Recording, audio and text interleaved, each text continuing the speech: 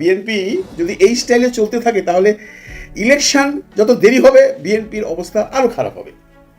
কারণ বিএনপি তাদের যে কর্মী আছে তাদের অত্যাচার অনাচার এখনো বন্ধ করতে পারছে না। দেশে একটি যুদ্ধ অবস্থা চলছে বলে মন্তব্য করেছেন উপদেষ্টা মাহফুজ আলম। মাহফুজ আলমের এই স্ট্যাটাস আমাদেরকে ভাবিয়ে তুলেছে। তিনি যখন লিখেছেন বাংলাদেশের বর্তমান পরিস্থিতি, দেশি বিদেশি ষড়যন্ত্র, বিভিন্ন ধরনের কূটকৌশল চলছে দেশের বিরুদ্ধে, মানুষের বিরুদ্ধে, আমাদের স্বাধীনতার বিরুদ্ধে, তখন স্বভাবতই আমাদেরকে ভাবতে হচ্ছে আগামীর বাংলাদেশ কোন পথে যাচ্ছে, কোন দিকে নিয়ে যাচ্ছি আমরা। কেউ কেউ বলছেন যে ডক্টর আসিফ নজরুল ইসলাম তিনি দিন শেষে শেখ হাসিনাকেই তার গুরু মেনেছেন। কেউ কেউ বলছেন যে না ভাই, শেখ হাসিনার যে ফর্মুলাটা ছিল কিছু কিছু ক্ষেত্রে এটা সঠিক ছিল, আস্তে আস্তে আমাদের সরকার বসতেছে। আবার কেউ কেউ বলছেন যে না, ফর্মুলাটার অনেকাংশই ভেজাইল্লা ছিল, কিছু অংশ সঠিক ছিল, টোটাল ফর্মুলাটা সঠিক ছিল না, কারণ রাজনৈতিক উদ্দেশ্যে অনেক ঘটনা ঘটে যেত। যাই হোক, কেন হঠাৎ করে এই আলোচনাটা আমরা করছি? শেখ হাসিনা আবারও কথা বলে যাচ্ছেন। উনি কথা বলে যাবেন এটা বোঝা যায়, এবং সেই প্রবণতা, সেই তার কথা বলার ফ্রিকোয়েন্সি বাড়ছে, এবং আমরা ধারণা করতে পারি সামনের দিকে এটা আরও বাড়বে, এবং হতেও পারে তার চেহারা মধ্যে হতাশা, তার পরাজিত যে অ্যাটিটিউড, সেটা যদি সরে গিয়ে থাকে তিনি হয়তো ভিডিওতেও সামনে আসবেন। আজকে খুবই গুরুত্বপূর্ণ 4টি বিষয় নিয়ে আপনাদের সম্মুখে হাজির হয়েছি, বা 4টি ভিডিও আপনাদের সাথে আজকে শেয়ার করব। দর্শক, যেই 4টি ভিডিওর বিশেষ অংশগুলো আপনারা ভিডিও শুরুতে দেখেছেন, বুঝতে পেরেছেন ভিডিওটা কতটুকু গুরুত্বপূর্ণ হতে চলেছে। উপদেষ্টা মাহফুজ আলম, তার একটা বক্তব্যকে কেন্দ্র করে সোশ্যাল মিডিয়া তোলপাড় সৃষ্টি হয়েছে। তাছাড়াও আসিফ নজরুলকে নিয়ে নতুন করে আবারও আলোচনা সমালোচনা শুরু হয়েছে। আরো একটি বিষয় নিয়ে আজকে আপনাদের সম্মুখে হাজির হয়েছে, সেটি হলো শেখ হাসিনা। বাংলাদেশ থেকে পালিয়ে যাওয়া শেখ হাসিনা নতুন করে হতাশা তার ভিতরে বিরাজ করছে। তো যাই হোক, এই বিভিন্ন বিষয় নিয়ে বিভিন্ন জন বিশ্লেষকের আলোচনাগুলো আজকে আপনাদের সাথে এই ভিডিওর মধ্যে শেয়ার করব। তো চলুন তাহলে আর কথা না বাড়াই, একটা লাইক দিয়ে বিস্তারিত সবগুলো ভিডিওর আলোচনাগুলো শুনে আসি। শেখ হাসিনা আবারও কথা বলে যাচ্ছেন। উনি কথা বলে যাবেন এটা বোঝা যায়, এবং সেই প্রবণতা, সেই তার কথা বলার ফ্রিকোয়েন্সি বাড়ছে, এবং আমরা ধারণা করতে পারি সামনের দিকে এটা আরও বাড়বে, এবং হতেও পারে তার চেহারার মধ্যে হতাশা, তার পরাজিত যে অ্যাটিটিউড, সেটা যদি সরে গিয়ে থাকে তিনি হয়তো ভিডিওতেও সামনে আসবেন। এটা আমাদের জন্য নিশ্চিতভাবে, আমাদের সরকারের জন্য একটা বড় চ্যালেঞ্জ, এই নারীর মুখ বন্ধ করা। করতে পারতে হবে অ্যাট এনি কস্ট। কিন্তু উনি যে বক্তব্য দিচ্ছেন সেটা নিয়ে একটু কথা বলা দরকার। উনি গত 24 ঘন্টার মধ্যে অন্তত দুবার কথা বলেছেন। আওয়ামী লীগের অফিসিয়াল পেজে একটা ওয়েবিনারে যুক্ত হয়ে তিনি তাদের ভাষার তথাকথিত ভুক্তভোগীদের সাথে কথা বলেন। এর আগেও একবার তিনি বলেছেন। আরেকটা হচ্ছে একটা বক্তব্যের মতো নারীদের উপরে সহিংসতা বিষয়। বিশেষ করে যেই ওয়েবিনারটার কথা বলছিলাম, যেখানে বিভিন্ন লোকজনের সাথে তিনি কথা বলেছেন, সেটা শুরুতে তিনি একটা বক্তব্য দিয়েছেন। তাতে এটা মনে হবার যথেষ্ট কারণ আছে যে শেখ হাসিনা ভয় পেয়েছেন। হ্যাঁ, কী ভয় পেয়েছেন সেটা নিয়ে কথা বলবো। তার আগে আরও কয়েকটা ইস্যু নিয়ে কথা বলা দরকার, যেটা আমার কাছে খুবই গুরুত্বপূর্ণ বলে মনে হয়েছে। উনি প্রায় একটা কথা বলেন যে এটা চক্রান্ত, মানে ডক্টর ইউনুস চক্রান্ত করে তাকে ক্ষমতাচ্যুত করেছেন। এই ক্ষেত্রে ডক্টর ইউনুসের একটা বক্তব্য তিনি ব্যবহার করেন, মিটিকুলাসলি ডিজাইনড বা প্ল্যান্ড একটা মুভমেন্ট। উনি বলছেন তার মাস্টার মাইন্ডদেরকে দিয়ে তিনি মিটিকুলাসলি প্ল্যান করে এই মুভমেন্ট ঘটিয়েছেন, ষড়যন্ত্র করেছেন, চক্রান্ত করেছেন। আমি পাল্টা ওভাবে ভাবার চিন্তা করছি, আচ্ছা শেখ হাসিনাকে যদি কেউ চক্রান্ত করে, তাত্ত্বিকভাবে ধরে নিচ্ছি তর্কের খাতিরে, চক্রান্ত করে ষড়যন্ত্র করে তাকে ক্ষমতাচ্যুত করতো, আমাদের কি খারাপ লাগতো? আমার একটা স্মৃতি মনে পড়লো, টকশো করি তখন আওয়ামী লীগের লোকজনের সাথে, এখনও করি, কিন্তু তখন আওয়ামী লীগের লোকজন সাথে থাকতো।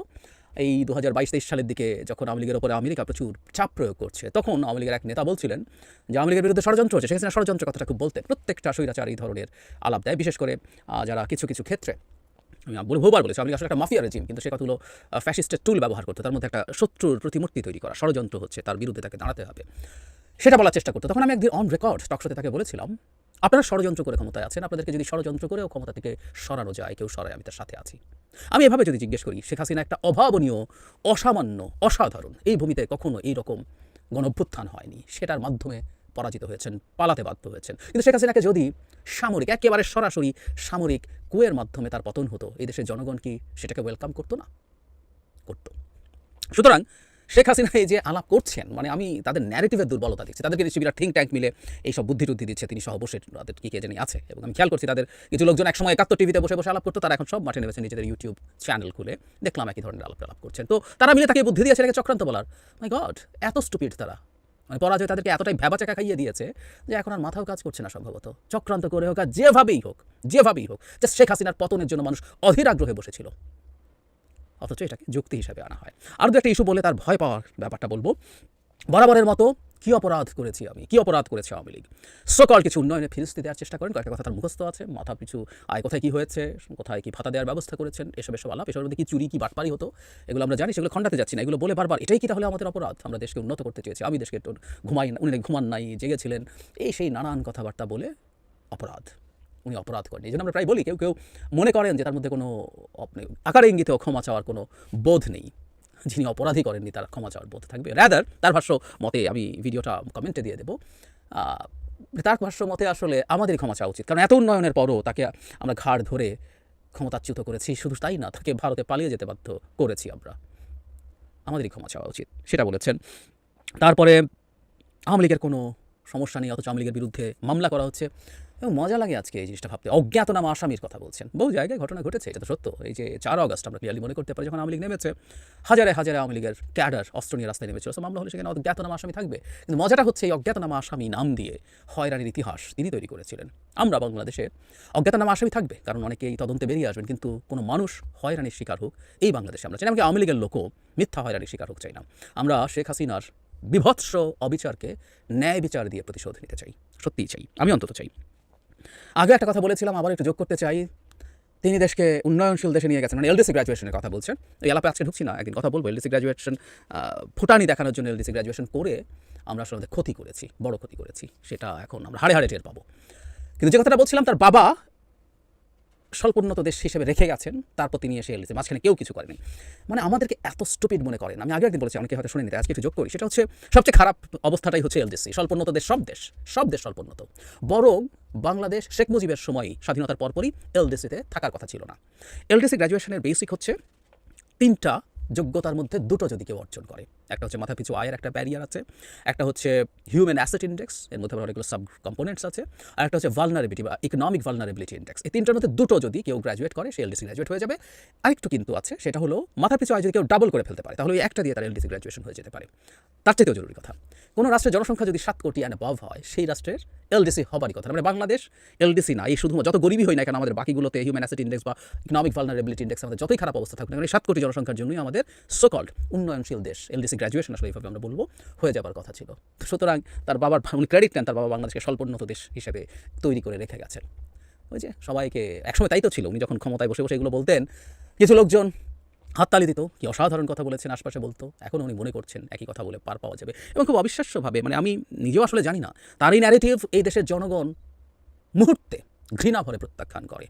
কিন্তু তার দলের লোকজন কি ন্যারেটিভ খায় আমি আসলে জানি না। তিনি তো আসলে এই বক্তব্য দিচ্ছেন মূলত তার দলের লোকজনকে চাঙ্গা রাখতে, এবং কেউ কেউ ধারণা করেন, আমার কাছে এটা যৌক্তিকও মনে হয়, তিনি কথা বলছেন মূলত তাকে বাদ দিয়ে বাংলাদেশে আওয়ামী লীগ যারা আছেন, কারণ তিনি এবং টপ লিডার্স, মধ্যপর্যায়ের নেতা সহ সব তো ভারতে পালিয়ে আছেন। আমি কিছুদিন আগে একটা ভিডিওতে বিবিসি বাংলার একটা রিপোর্টকে উল্লেখ করে আপনাদেরকে জানিয়েছিলাম, টপ লিডার্স, যার মধ্যে এমপি, মন্ত্রী এবং জেলা পর্যায়ের প্রেসিডেন্ট, জেনারেল সেক্রেটারি মিলে প্রায় 200-র মতো মানুষ ভারতে পালিয়ে আছেন। আর মধ্যপর্যায় সহ উপজেলা লেভেলের নেতা হলো 1000 নেতা, তাদের কর্মী সর্মী হিসাব করলে তো হাজারে। সুতরাং এই মুহূর্তে বাংলাদেশে কেউ আওয়ামী লীগকে করে ফেললে, আওয়ামী লীগের নেতৃত্ব নিয়ে কিছু করে ফেলে কি না, সেই ঝুঁকিতে সম্ভবত তিনি কথা বলছেন। কিন্তু এই বয়ান দিয়েও কি তিনি পারবেন জনগণের সাথে কানেক্ট করতে, তার লোকজনের সাথে? I really don't know. এবার যে কথাটা বলছিলাম, আসলে যেটা হয়েছে, এটা ফ্যাক্ট যে দীর্ঘদিন পুলিশ দিয়ে পিটিয়ে, গুম করে, হত্যা করে, নির্যাতন করে, মামলা দিয়ে, প্রশাসনকে দিয়ে দুর্নীতি করিয়ে, ব্যবসায়ীদেরকে দিয়ে দখল রেখে ভারতের এবং ভারতের সরকারের সহায়তা নিয়ে ক্ষমতায় থাকতে গিয়ে জনগণের সাথে কীভাবে কমিউনিকেট করতে হয়, জনগণকে কীভাবে ম্যানেজ করতে হয়, কনভিন্স করতে হয়, এই স্কিলগুলোই তাদের শেষ হয়ে গেছে। বিএনপি, বাংলাদেশ জাতীয়তাবাদী দল, নিঃসন্দেহে বাংলাদেশে বর্তমানে সবচাইতে বড় রাজনৈতিক দল। আমরা বন্ধুরা এতদিন দেখে আসছি আওয়ামী লীগ নয় বিএনপি, আওয়ামী লীগ নয় বিএনপি, তৃতীয় দল হিসেবে আমরা সবসময় দেখছি জামাতকে। বাংলাদেশে যদি প্রপার ক্রেডিবিলিটি ইলেকশন হয়, তাহলে বিএনপির বিপুল ভোটে পাশ করে বিপুল সংখ্যক আসন পাওয়ার কথা। কিন্তু বর্তমানে বিএনপিকে যে অবস্থানে আমরা দেখছি বা আপনি দেখছেন, তাতে করে মনে হচ্ছে না বিএনপি যদি এই স্টাইলে চলতে থাকে, তাহলে ইলেকশন যত দেরি হবে বিএনপির অবস্থা আরও খারাপ হবে। কারণ বিএনপি তাদের যে কর্মী আছে, তাদের অত্যাচার অনাচার এখনো বন্ধ করতে পারছে না। তারা নিজেরা মরছে, তারা বিভিন্ন জায়গায় চাঁদাবাজি করছে, ডাকাতি করছে, খুন করছে, রাজধানী করছে, পার্টি অফিস থেকে সাজাও দেওয়া হচ্ছে, শোনা কথা 3000 বহিষ্কার করেছে। ইভেন কি গতকালকে যেটা নিউজ দেখলাম, তারেক রহমান সাহেব, বিএনপির সেই যে বিএনপির চালক সমিতির প্রেসিডেন্ট না সেক্রেটারি, যিনি ওই যে গুলশানের বাড়ি চেক করতে গেছিলেন, আপনাদের মনে আছে, নামটা ভুলে গেছি, ওনার বিরুদ্ধে মামলা দেওয়ার জন্য ব্যবস্থা করতেছেন। কিন্তু এইভাবে যদি চলতে থাকে বিএনপি, তাহলে মনে হয় না বিএনপির কোনো একটা ভালো রেজাল্ট এই ইলেকশনে আসবে। দেখেন, গতকালকে যে ঘটনাটা ঘটাইছে ঝিনাইদহের মহেশপুরে, সেটা হলো জামায়াতে ইসলামের কিছু মহিলা কর্মী একটা ঘরোয়া মিটিং করতেছে বিশ্ব নারী দিবস উপলক্ষে। অবভিয়াসলি জামায়াতের কর্মী সেইভাবেই গেছেন, হিজাব পরা, শরিয়া মোতাবেক কাপড় চোপড় পরে তারা মহিলারা একটা বাড়ির ভিতরে মিটিং করতেছে। সেইখানে বিএনপির নামধারী, সত্য মিথ্যা জানি না, এটা খুঁজে দেখার দায়িত্ব বিএনপির, নামধারী কিছু যুবক সেই বাড়িতে গিয়ে তাদের অ্যাটাক করেছে, মহিলাদের অ্যাটাক করেছে। যখন মহিলাদের ক্ষমতা নিয়ে, মহিলাদের স্বাধীনতা নিয়ে পুরো দেশ উত্তাল, ঠিক ওই সময় এই কাজটা করছে। এটা কি বিএনপির লোকজন করছে? যদি বিএনপির লোকজন করে থাকে তাহলে তো ভাই খাইছে। কারণ কি, জামায়াত একদম এখন ছাইড়া দেওয়ার মতো দল না, তাদের একটা বিরাট সংগঠন। আমি জানি না জামায়াত এরপরে কিভাবে কোনভাবে অ্যাকশন নেবে, কিন্তু জামায়াত কি অ্যাকশন নিল কি নিল না সেটা বিএনপির দেখা উচিত না। বিএনপির উচিত এই মুহূর্তে তাদেরকে বের করে, তারা যারা করেছে ওখানে নামও দেওয়া আছে, যে সমস্ত ছেলেপেলেরা গেছিল তাদের নাম পর্যন্ত আসছে, তাদেরকে বিএনপির সেই স্থানীয় যারা আছেন নেতা, অবভিয়াসলি ওখানে ভালো মানুষও আছেন, ভালো মানুষও বিএনপি করেন, তাদেরকে ধরে পুলিশে নিয়ে গিয়ে তাদের কেস করে দেওয়া উচিত জামায়াত কেস করার আগে। দেখেন বন্ধুরা, এটা কি কোনোভাবেই মেনে নেওয়া যায়? কিছু মহিলা তাদের বাড়ির ভিতরে অত্যন্ত ভদ্রভাবে, মার্জিতভাবে, শুধু মহিলারা একটা মিটিং করতেছে, সেইখানে সেই উশৃঙ্খল ছেলেগুলো গিয়ে বিএনপির নাম বলে বাইরে নিয়ে এসছে, কাপড় চোপড় টান দিয়েছে, শ্লীলতাহানি করেছে। এটা তো সুযোগ ইফতেজিংয়ের চেয়েও বড়, আবার এটা বিরাট বড় মামলা হবে। বিএনপির উচিত ওদেরকে একদম মহিলা ও শিশু আইনে হান্দায় দেন, হান্দায় দিয়ে প্রচার করে দেন, প্রচার করতে বলে প্রচার আপনারাই করুন, দেখবেন বিএনপির কি অবস্থা হয়। বিএনপির পারদ উপরের দিকে উঠতে থাকবে, কারণ যেভাবে পারদ নামতেছে এটা উপরের দিকে উঠার কোনো চান্স দেখতেছে না। প্রতিদিন বিভিন্ন জায়গায় বিএনপির নামধারী হোক, বিএনপির হোক, এরা যা করতেছে কোনোভাবেই কন্ট্রোল করতে পারতেছে না। বিএনপির লোকাল নেতারা কি করেন আমি জানি না, বিএনপির ঢাকায় যারা আছেন তারা কিভাবে অ্যাকশন নিচ্ছেন আমি জানি না। একটা কথা তো সত্য, আওয়ামী লীগের সময় আমরা দেখি নাই যে জামায়াতের কোনো একটা মিটিংয়ে যায় মহিলাদের উপরে আওয়ামী কর্মীরা, ছাত্রলীগ বা যুবলীগ বা আওয়ামী লীগ অত্যাচার করছে। আমার জানা নাই, যদি কেউ যাই না থাকেন কমেন্টে জানান, আমি ভাই কোনোদিন শুনি নাই। এটা কোন জমানায় বললাম আমরা? মহিলারা তাদের ঘরের মধ্যে বসে মিটিং করতেছে, এটাকে বিএনপিকে পচানোর জন্য কারো ষড়যন্ত্র, না এটা আসলে বিএনপির মানুষ? এটা খুঁজে দেখার দায়িত্ব বিএনপির। কারণ আমরা কিন্তু সেই আগের দিনে নাই ভাই। এখন এই 5ই আগস্টের পরে বাংলাদেশ যে পজিশনে গেছে, এখানে সবার স্বাধীনতা আছে, ধর্ম, বর্ণ, লিঙ্গ বিশেষে যে যার মতো যে কোনো কাজ করতে পারবে। আর এখানে তো তারা খুব ভদ্রভাবে একটা ঘরের ভিতরে, একটা বাড়ির ভিতরে মিটিং করতেছিল। আপনারা জানেন জামায়াতের মহিলারা নর্মালি বোরখা বা হিজাব পরে আসেন। তারা কি অন্যায়টা করছে ভাই? তারা একটা মিটিং করে, তারা তো এমন লাগে কোনো রাজনৈতিক মিটিংও করতেছে। আর যদি রাজনৈতিক মিটিংও করে থাকে তাদের কি অধিকার নাই? আপনাদের যদি অধিকার থাকে, আওয়ামী লীগের যদি থাকে, বিএনপির যদি থাকে, অন্য কারো যদি থাকে, জামায়াতের নাই কেন? জামায়াতকে খেপায়েন না। জামায়াতে ইসলামী বাংলাদেশে যে পরিমাণ বৃদ্ধি পাইছে, এখন যেভাবে মানুষ জামায়াতকে পছন্দ করা শুরু করছে, আপনারা যদি মাঠে নামেন তাও বোধহয় পারবেন না। কারণ একটা ব্লগ শুনতে দেখলাম বিএনপি নেত্রী বলতেছে ওনারা যদি একটা দৌড়ান দেয় তাহলে এনসিপি টেনসিপি যা আছে সব ভেঙে দেবো। মনে হয় না, আপনি যে বলছেন মনে হয় না, কারণ সেই পজিশন এখন বিএনপির নাই। কারণ আপনারা আপনাদের দলকে কন্ট্রোলই করতে পারতেছেন না। পারতেছেন না তো। আমার তো মনে হয় আপনাদের মধ্যে কোনো নেতৃত্বই নাই এখন। কারণ এইভাবে এই যে আপনারা বহিষ্কার করতেছেন, কমতেছে, প্রতিদিন পত্রিকা খুললে বিএনপির একটা না একটা গ্যাঞ্জাম শোনাই যায়। হয় নিজেরা, হয় ঝুট নিয়ে, নয় টাকা নিয়ে, নয় ক্ষমতা নিয়ে, নয় বিএনপির পোলাপান যায়, হয় এনসিপির পোলাপানরে মারতেছে, না জামায়াতরে মারতেছে। কেন রে ভাই? এদেরকে কন্ট্রোল করতে পারেন না কেন আপনারা? আর আপনারা খালি বৈশা ঢাকায় লেকচার দিতেছেন। দেশে আমরা ইলেকশন চাই, হ্যান চাই, ত্যান চাই। ইলেকশন করার আগে এইগুলো ঠিক করেন। এইগুলো না ঠিক করলে কেউ আপনাদের সিলেকশন করবে না। ইলেকশন করলে পাস করতে পারবেন না ভাই। কারণ এই 5 মাসে বিএনপির যে ভাবমূর্তি হয়েছে, এখান থেকে উত্তরণ করতে হলে অনেক কাজ করতে হবে, আপনাদের অনেক কাজ করতে হবে। একটা কথা মনে রেখেন, মানুষ খাক না খাক, কিন্তু সন্ত্রাসী কেউ পছন্দ করে না, অন্যায় অত্যাচার কেউ পছন্দ করে না।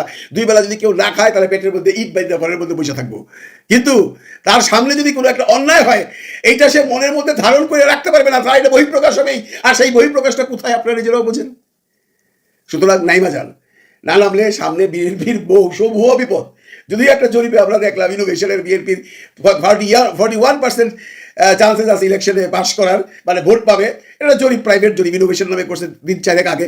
ভালো বিএনপির কর্মী আছে তো সারা বাংলাদেশে পার্টি আছে 2টা, বিএনপি আর আওয়ামী লীগ। কিন্তু সেইখানেই দেখলাম আপনাদের পেছনেই আছে জামায়াত ইসলামী। ইনোভেশনের এটা কতটুকু সত্যতা হবে সেটা সময় বলে দিবে। দেশে একটি যুদ্ধ অবস্থা চলছে বলে মন্তব্য করেছেন উপদেষ্টা মাহফুজ আলম। মাহফুজ আলমের এই স্ট্যাটাস আমাদেরকে ভাবিয়ে তুলেছে।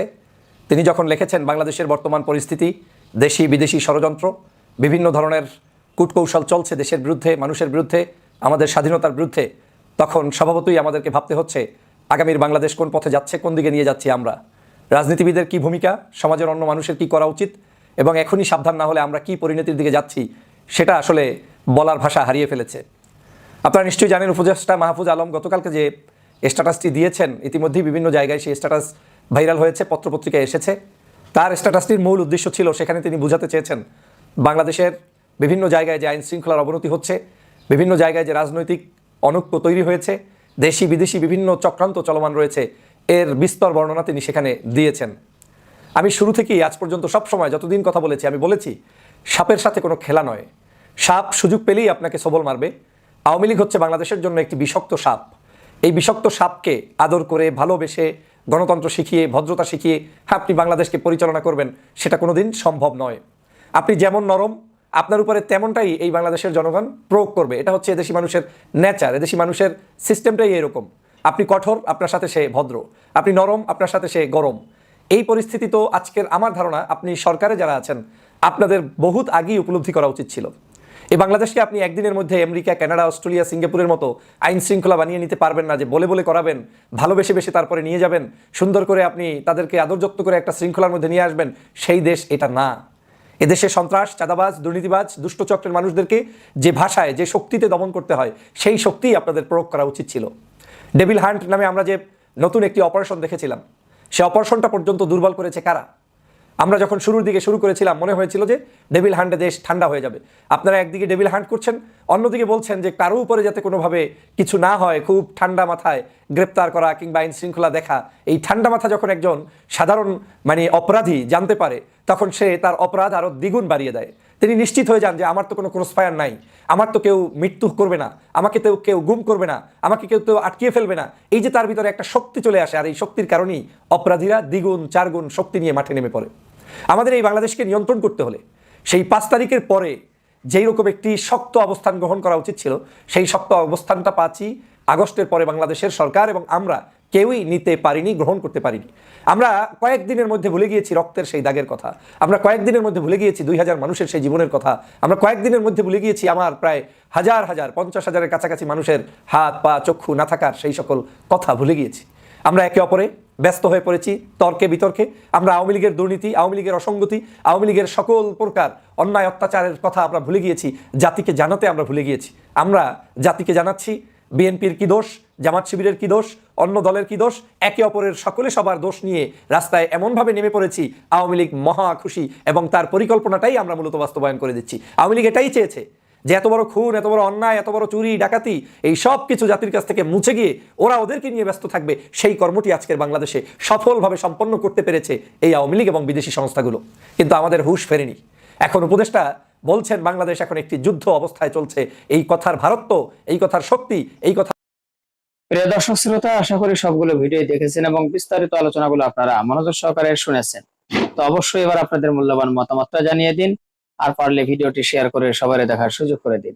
আর আমাদের এই চ্যানেল নাসির ইসলামিক মিডিয়া সেন্টারে যদি আপনারা নতুন হন, প্রতিনিয়ত এ ধরনের সকল প্রকার নিত্য নতুন আপডেট খবরগুলো পেতে আমাদের এই চ্যানেলটি সাবস্ক্রাইব করে আমাদের সাথে থাকুন।